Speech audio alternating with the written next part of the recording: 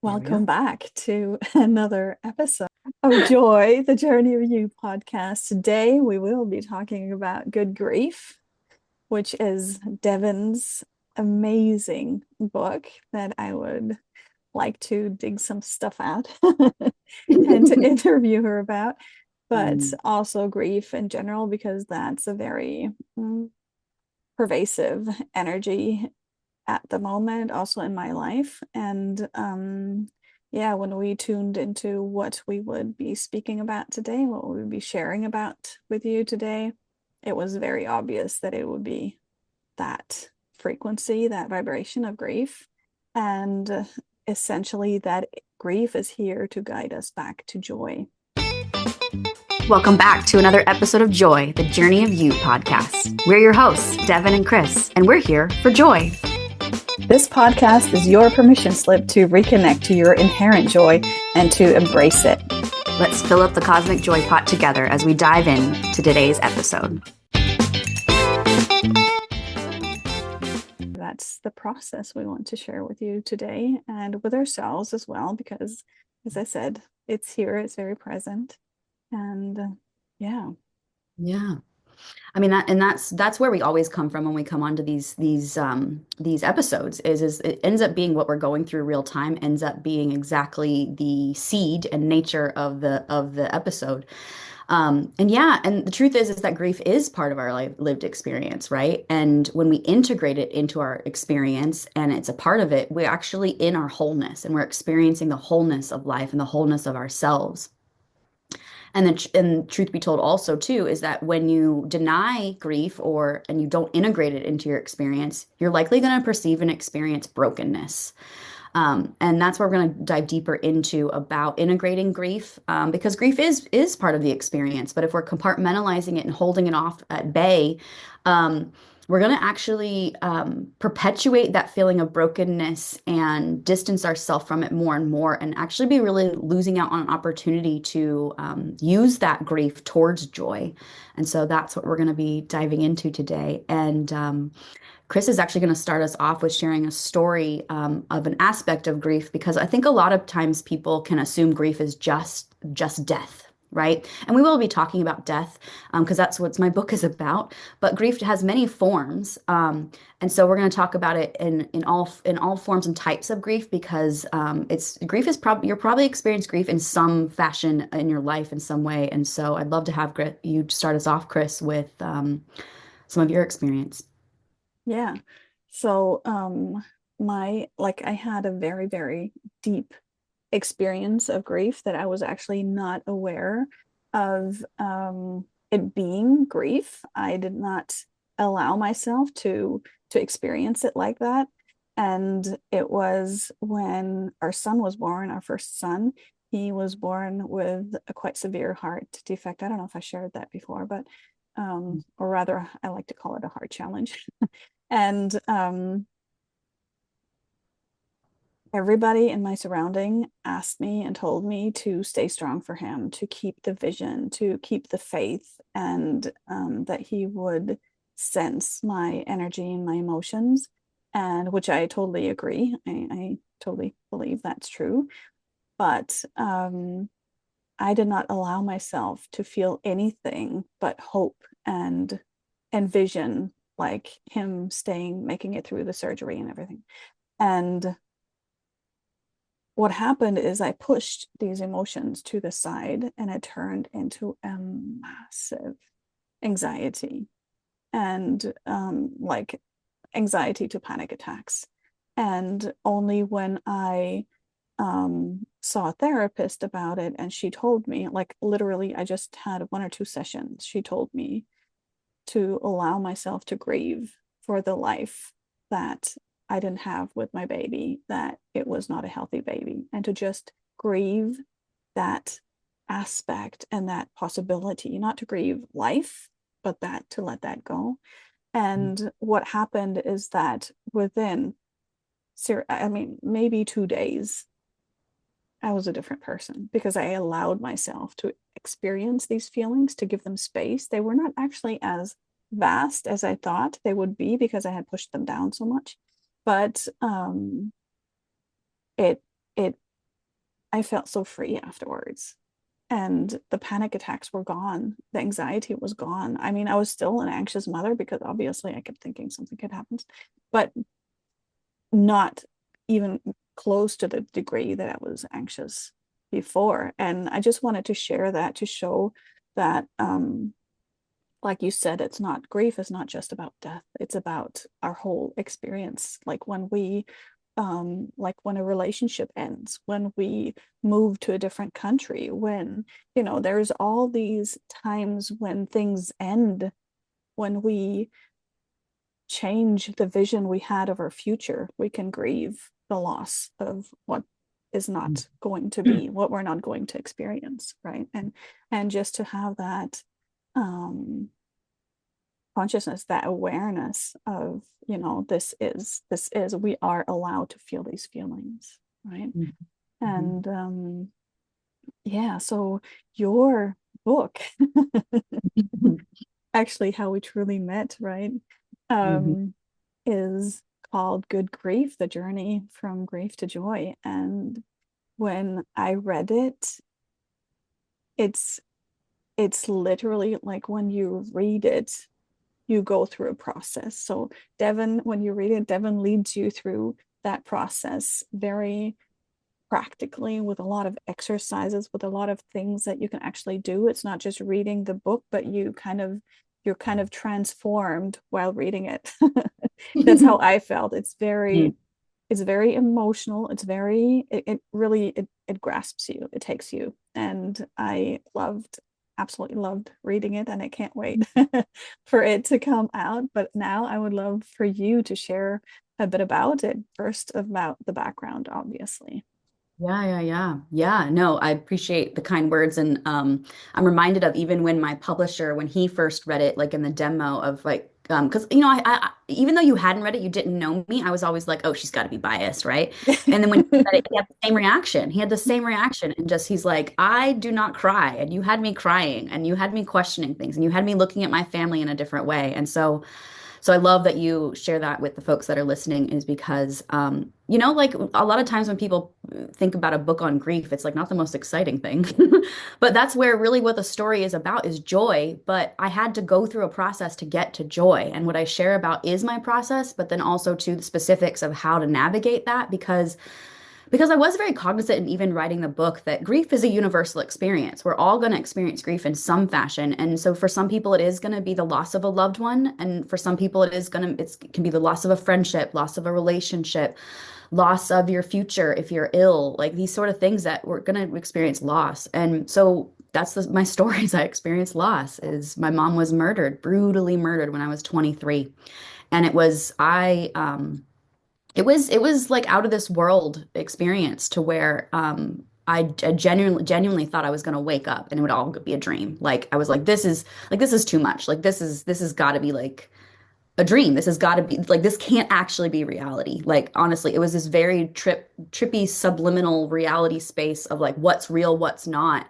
And for probably 2 to 3 years, I was living in a disassociated space where I wasn't integrating the grief. I wasn't integrating a lot because I didn't know freaking how to, right? Like I had never, we don't grow up learning this stuff, and grief and loss is not normalized. And I talk about it in the book about how in our culture, at least in the US, is this grief is not it's I don't want to say it's an inconvenience, but we kind of look at it as a time thing, right? Like, okay, you take your week or two, you might get some time off work, you might not, depending on what your PTO is, right? Like these things that like when what we really need is to be able to drop into that grief and drop into those experiences and experience them fully so we can integrate it into ourselves and come out renewed from because it's like that should happen like you can't deny. And it's when we're disassociating and disintegrating is when we're actually denying the experience, and that's when we're starting to actually separate from ourselves. And honestly that makes it even harder, but that to me, like that's the nature of grief, like that's the nature of loss. And I just had a patient this last week that like severely depressed and not technically having experienced grief of a loss, but it's just like this grief of loss of her life and her potential because she's so ill. And she's disassociated from herself. So now I guide people back into themselves, and we have to reintegrate basically Mm. is that when we experience grief and we have not not integrated it, we experience what I now call regriefing. Oh, I Regrief, love that. right? I Is love that what that. happens is if you don't integrate the experience, you'll keep re-grieving something. And it's like something will happen, remind you of that memory, and then pull you back into the wound, pull you back into the grief. And you're just sitting there circling, re-griefing in your life. And pardon the pun, but it's just my name is it's time to degrief. Let's degrief. Like let's right. And that's my birth name. That's what's wild about it is I'm here to help people degrief. But the perception of degriefing is distorted in our culture because it's a perception of like getting rid of it. And Mm, that's not what it's about. It's actually like getting to know it. So in my story, and I go into detail into the book, is like you have to fall into it. And I fell into it. Just the same way you fell into it and cried is we actually if we fall into it knowing that a bigger part of ourselves will come out of it. It's not that's not who we are. It's just an experience that we're having. Is if we allow ourselves to cave and allow ourselves to sigh and allow ourselves to curl up in a ball and sob and cry and to experience the depth of the pain, the emotion, we suffer less time because it's like the metaphor I give people, it's like when you're cleaning house. You have to like truly clean house and see where things are. You have to pick up the rug and you have to go behind the chair and you have to like really gather it all to truly clean house. Otherwise, you're doing a half-ass clean and then next week you got to do it again. And so if we use that metaphor of like our pain, our grief, our sadness, it's like gather it all up. Like just mm, gather it together and like let's be there with it. And then that actually is what transmutes it and has it shift. And mm, so, like, because it's dense, it's heavy. And so it just takes time. It's not a matter of even doing anything with it, right? So, in some somatic practices, you can get to an emotion. Let's say fear. Fear is a common one, right? You get to fear and you want to get to know fear and you communicate with fear. But grief and sadness is a little slightly different, is it just needs space. It needs mm, time. So like when we drop in and we get to that place of sadness and grief and we can cave into it, it's just like just be there with it. mm. That's the first step, which so many of us didn't even know we could do, should do, would do, want to do, right? And so a lot of times when I'm working with people, it's that invitation to like just fall into it, like, and then be held. I think that's a bigger piece into it too, is that when you're trying to go it alone, and if you've really been in that regriefing cycle and you're just charged up by it, you may need somebody's support, right? So the people that I see, whether it be online or in person, is you may need that space held for you so that you can let go and Mm. can move through it and have somebody guide you through it because we didn't get the manual on this one, right? Yeah, and I also Or think it's that like, as I even say that, I was like, hang on, did I write the manual for this one? yeah, you kind of did. Yeah, and also I just think that grief or in general heavy emotions, but grief is just more intense, because like there's so many layers to it, right? Um, but it's like I imagine it like a block of ice. And Yep. when you allow yourself to be with it, it can turn into water and water expands. So it needs more space, right? But it's also less dense. So it's Mm, easier to feel in your body. And when you give it even more space, it turns into vapor, right? yeah. And you need more space for that. And depending on how much grief you've kind of collected, you haven't allowed yourself to process, the more space it will need to turn into vapor. And if Yeah. you and if you try to hold that within your own energetic system, like it like you can only take bit by bit. But if you have somebody to give that room, it's like, you have one room in your house, but you open the door and you have another room and it can both fill with vapor and integrate.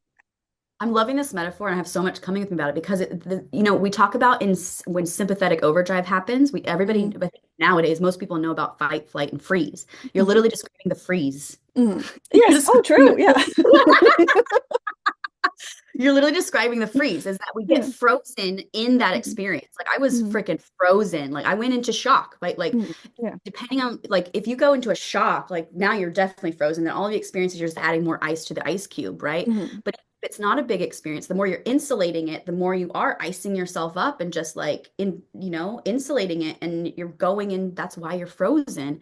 And mm, then when you said too of like when we need another person, what I saw, it was like the warmth of another person to help it melt. mm. Yes.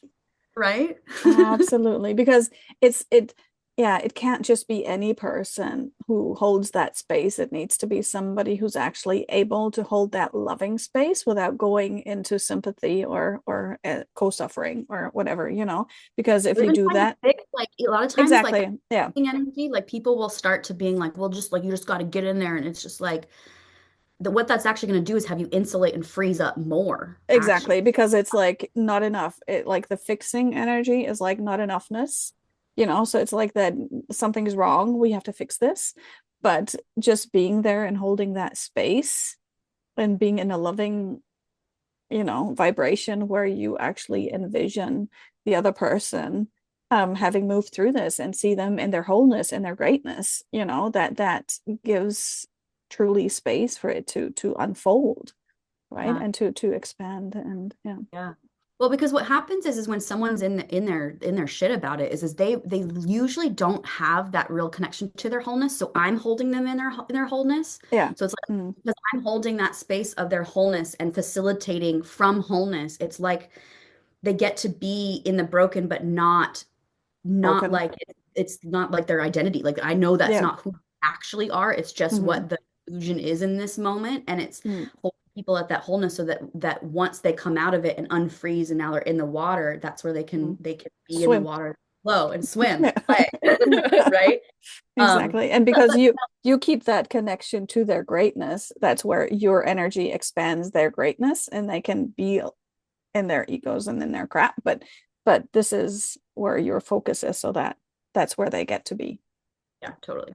But to speak to the specific of what you led into this was like the heaviness and the volume and the density of grief is yeah, there's a different way to navigate it, and it's a lot of time that space and that warmth and that it's we there's a little bit more grace and patience and time and when I say space, it's patience, really, Mm. honestly, Yeah. like is one And of the then most allowing, right? yeah, because it Hmm. allows like that's where when people talk, if we don't give space for people to talk, is what happens is we're not allowing them that invitation to come. Like think of somebody who like, who like they're pretty shy, but if they have the space, they'll fill the space with their voice, but they need the space to like have it there so they could come into it, if you know what I mean.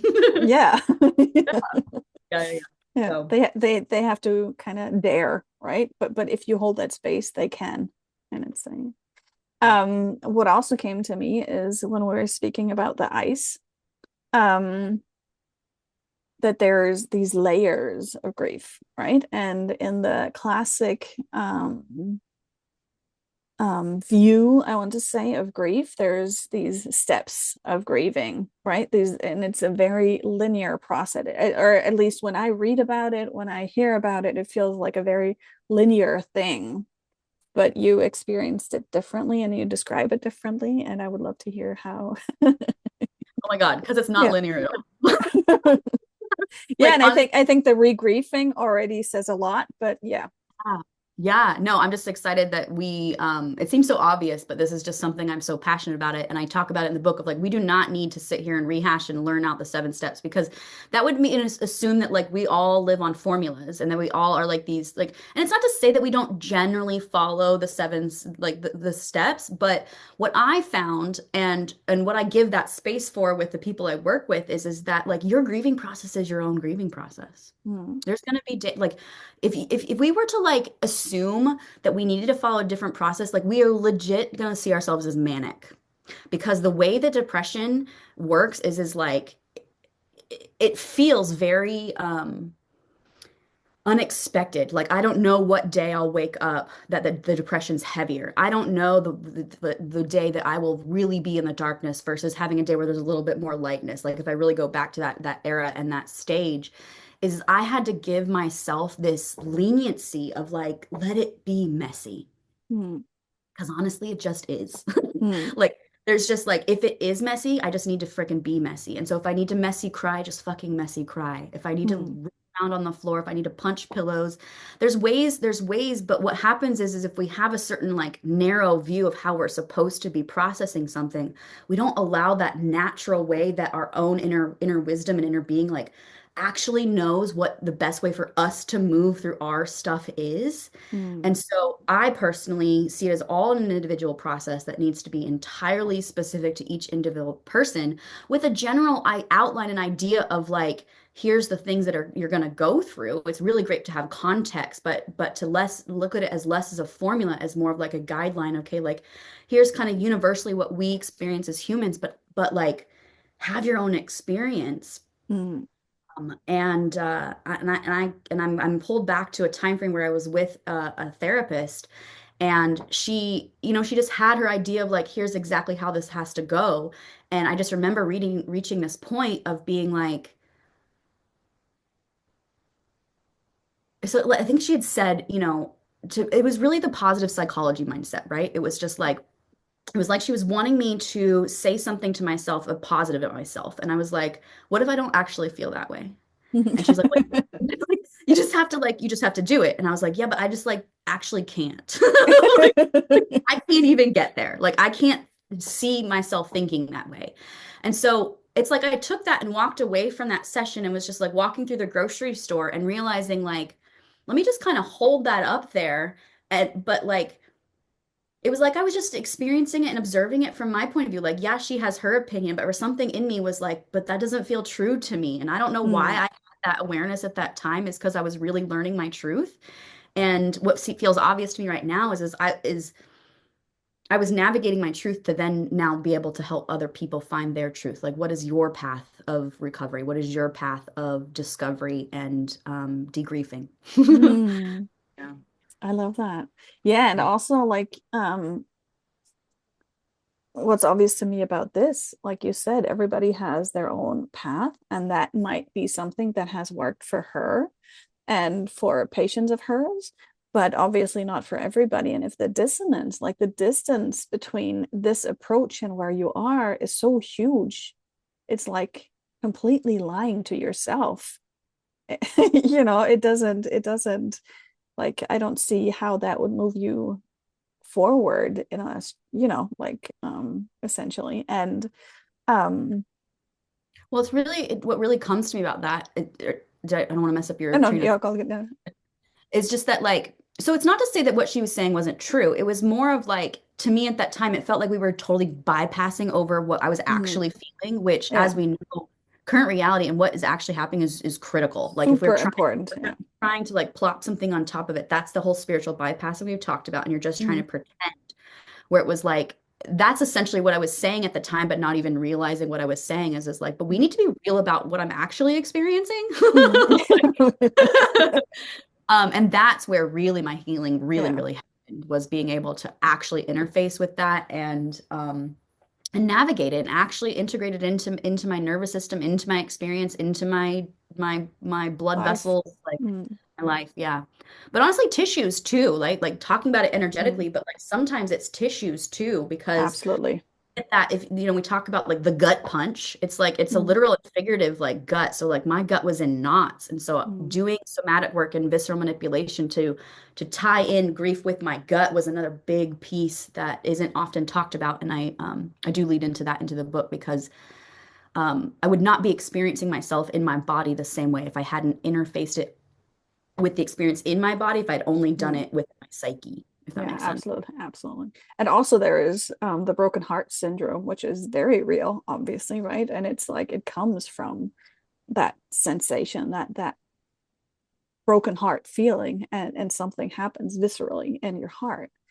Um, but what I also wanted to say, back to the 7 stages of grief, is that to me, so it looks like it's stages. So you move from one stage to the next, right? What it is to me though is to just be familiar with these different aspects of grief and to know that they can happen whenever they happen, and you move through them in your random pattern as you do.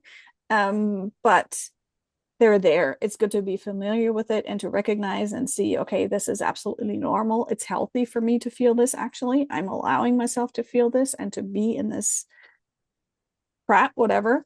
Um, but yeah, just to not see it so fixed and like, I have moved past the what's it called in English when you deny. I've moved past denial. I cannot go back to denial because I have finished that stage already, right? No, you can go back. Yeah, Right. exactly. Yeah. So, Yeah. yeah. What I also wanted to ask you about, because I find that very intriguing and also could be very supportive for the listeners, is your writing process, because it was not like this happened and so I'm writing a book now. No, Here, that's not how here's the book. I know. Right? 2 years later, I became a transformative speaker and I help people. No, God, no. Yeah. 15 years. 15 years. Amen. I I knew, honestly, I knew probably 3, 4 years into it once I had a conversation with Spirit and decided to live on, which is a big part of the book. I don't want to give away the sneak peek to it, but basically once I decided to live was when I really realized that this story is meant for to help other people and that I would write a book, which terrified me at the time. Honestly, I was like, I'm sorry, what? Like this is hard enough by myself and now I have to like use it to help people? What the And so I denied it for years. And I always felt it. I literally felt like the voice just being like, we need to write the book, we need to write the book, we need to write the book. And I was just like, I don't know how. I don't want to share the story. It's too much hurt. I don't know if people can process it, blah, blah, blah, blah, blah. And then I just couldn't stop listening to it. And so I ended up finding a pathway to write the book from my greatness, from my intuition. And through intuition muse writing process is where I actually wrote the book because and what changed about it is had I wrote the book from my ego or what I thought needed to be portrayed, it would have been a very different book. It would have been a like it would have been very much tied up in the story and all the drama of it, which it's in there. But what really came through my genius and my muse was that the story's there, but it's about like what came out of the story, like who I am. Like, yes, the grief is what happened, but joy came out of the grief. And that's actually what the story's about. So even as I was writing the book, I had no clue what was going to come out of me. I was just channeling. And as the book came, I was just like, oh my God. And I was sobbing onto the paper. I was regriefing and integrating the experience that I had the pieces that I had not really brought in full circle. It's like they came in during the writing process and the writing was healing for me. And I'll cry even right now as I talk about it. It's like I literally cried and like put my soul into the book. I handwrit the book and as I'm writing, the tears are coming onto the page. And it was just like it was just such a it was a cathartic experience, but it was also a giving experience. It was a joyful experience. It was a painful experience. It was like I was going through it all again, but it was like I was collecting these pieces that I had like sat to the side and was like, okay, I'm integrating that back. I'm integrating that back. I'm integrating that back. And then bringing it full circle to be able to give the voice to the story and have it being like, I wasn't defined by this. I'm not defined by this. And it was like, just by going through that and putting it onto paper and claiming it for myself was part of the healing process and really brought it full circle home for me. It's not to say I'm not still integrating it, still experiencing, especially even as we like did the podcast today or as the book comes out into the world. There's different stages of me integrating and coming to greater peace. But in the writing process, I was really surprised with how much that was part of the healing process and how much that's part of it. Um, Actually, what comes to me right now is like how much part of the healing process is like when our pain can also then help others, is it's like there's a greater purpose to the pain. And that's not to say that everybody needs to do that, by the way. It's honestly like 15 years ago, I would have had no capacity to do that. So like wherever you're at in your process, please don't distort this and think that you got to now go do a thing. Just be where you're at. And it took me that many years to come to this place where I'm at now. But it took me a while to get to that point to even be ready to heal at that such an intimate level in the writing process. Yeah. Hmm. Yeah. And then Thank through the you. editing process, the whole thing, honestly, every stage of it has just been like another layer. Mhm. So this is It's exactly, it's a big onion. it's a big, Um, what I want to add to that is that I do very much feel that this defined you, but in a good way, mm, right? It brought you to where you are now, but we usually see like we define something defining us, like a bad experience defining us, like it's making us little and it's diminishing our experience of life. Hmm. But I feel this has truly expanded your life, and it's defined you in a way that you were able to process it and integrate it in a way, transmute it for it to be really expansive, Yeah. really expansive, and not just for yourself. And I totally love that. Mm. Thank you. Mm. Yeah. And what I Yeah. also want to share is that when I first read Good Grief, um, there is a beautiful structure to it that Devin wasn't even aware of. And that is the magic really of intuitive writing. When you write with a set intention in a set space, and with this intuitive process that we use, what happens is that like Devin just shared, we don't see what, we don't see the bigger picture as we write. We just write, we just let it flow. But what's obvious in Good Grief, what happens is that first Devin shares her story. And as the story kind of wanes because you know the story, the coaching kind of expands. So it kind of leads from Devin to you. And like it's very, very magical and very magnificent. And I truly cannot wait for it to come out and to touch hearts and to open hearts and to help people degrief Yes. Yeah. instead of constantly regriefing themselves. Because also, what I wanted to add earlier is that in the past, I don't know how it is in other cultures, but in Germany, we used to have like a full year for the grieving process, a full year where people came and gave you support and help for when, like, the first birthday, the first Easter, the first summer holidays, the first, all the firsts in that first year. If Wow. you know you have support during that time, is completely different than if, you're supposed to brush it to the side and function and be productive again and yay, happy, joyful, right? Hmm. Yep. But it's not that. It's not that. So, No, yeah. not at all. Not at all. So yeah, tell us, where is the book at now? Mhm. Yeah, we're in the last formatting stages, and I'll be talking with my team here in a little bit to find out the official launch date. So stay tuned on that. But for now, I do have a page up on my website on drdevindegrief.com where you can get on a pre-sale list because there has been a lot of interest and want to capture those early on because it's been for the process for so long. I have so many friends and family over the years are just like, sign me up whenever it's ready. It's like now I'll be in that stage of collecting those who are interested in getting on the pre-sale. And then once it is available, it'll be available on Amazon and Barnes and Noble and everything. But but yeah, that's how you can find it is on my website, drdevindegrief.com. Beautiful. I Mhm. cannot wait. Me neither. And Me neither. also, we have decided to create a workbook that, what do you say? How do you call it? Parallels? Yeah, kind of, yeah. Accompanies, that Yeah, accompanies yeah, the, yeah, the yeah. the book itself. So it's really, because it's truly about a practical approach about integrating. And it's not just, I mean, a lot happens while you read. I want to say that. So a lot of transformation just as you read the book, but there is so much practical aspects and exercises and integrations that you can do that Devin shares in it. And so there will be a separate workbook, and I think that will be awesome too. Yeah, totally. There's different strokes for different folks, right? Like Yes. some people like to dive deep into content and in this sort of stuff it really helps. So having a workbook to be able to go into there will be a great adjunct. Adjunct? Yes. Sounds good. Sounds good. Yeah.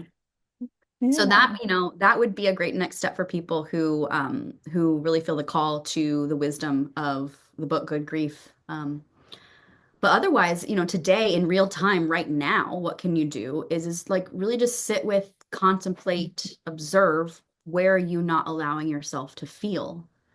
therefore not integrating. So like without judgment, just noticing within yourself, where just ponder, where am I not integrating? What have I not integrated?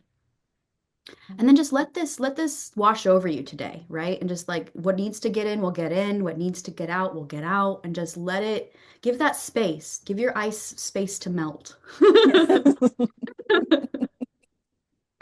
Yeah, and so that's really the invitation of something that you can do practically real time today. And there's still more as this journey unfolds of my story coming out and directly guiding. But there's always things that people can do real time right now because you have yourself right now. Yeah. And it's really, in my experience, mostly about allowing yourself. Allow it. Just allow it. Mhm. And Yeah. get support if it I was feels about like to say, it's and too if you big. don't know how to Yes. allow it, if you don't know how to allow it, get support on learning how to and giving that space, right? Mm, mm. Yeah, totally. Totally. Right Well, I on. thank you so much for sharing. Thank you. Thanks for being part of the journey, my gosh, girlfriend. You were on the ground floor, first person to ever read the book. First person to ever read Oh, the book, illustrator of the book. By the way, everyone, if that wasn't clear, Chris is the awesome illustrator of Good Grief. Um, yeah, no, it's fabulous. So I appreciate you interviewing and feeding into the energy that Good Grief would love to share with the world. it shall fly. Mhm. Well, that's all for today, folks. Mhm. We shall see you again next episode. Yeah. And So until next time, here's to you flying. take care.